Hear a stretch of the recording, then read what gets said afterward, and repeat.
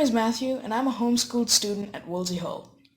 I've been with Wolsey Hall since 2017, and I've started my 4th year with them.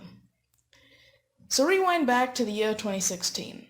I had lived in the UK and India and been to school in my early years in the UK and primary school in India. In India, I studied in a very good international school with uniforms, waking up at 6 a.m., homework, and lots of other school things. Unlike schooling in a lot of other countries, we wouldn't go to different classrooms for the different periods. Instead, there were classes of about 20 students, and the teachers of the different subjects would come to the class. After 7 years of going to that school, including kindergarten, my mother started to notice how especially drained I was getting. One day, she suggested that homeschooling might be something worth considering, and I was appalled. See, at the time, I didn't have an especially high opinion of homeschooling.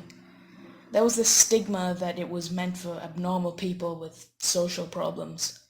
I don't know where exactly I got that idea, but I did. Plus, I'd have to be separated from my friends, so I really did not want to be homeschooled.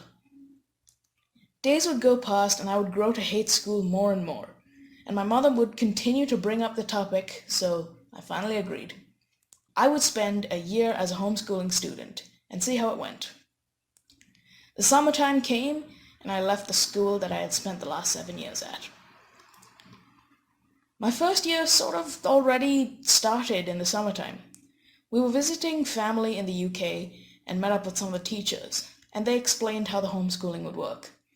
And when I found out that I only had to study 3 hours a day, I was amazed! See, back at my home school, I'd wake up at 6 a.m., catch a bus that left at 7, eat breakfast at school, and start work at 8 a.m.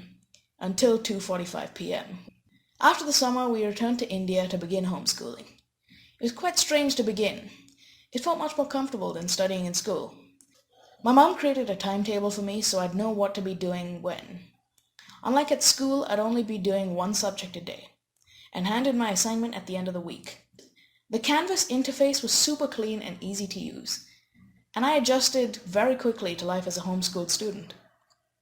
At first, I was supervised by my mom, but eventually I started to study on my own. And my grades as a homeschooler skyrocketed compared to my old school. The biggest positive to homeschooling is the amount of extra time you have to do the things you love. I'm greatly fond of cooking and art and animation. Can you tell? It's also very flexible. I was able to continue work without necessarily being in one place. I could go on vacation with my family at any time, as all I needed was an internet connection to be able to learn. Speaking of which, my field trips were a much more engaging way for me to learn history.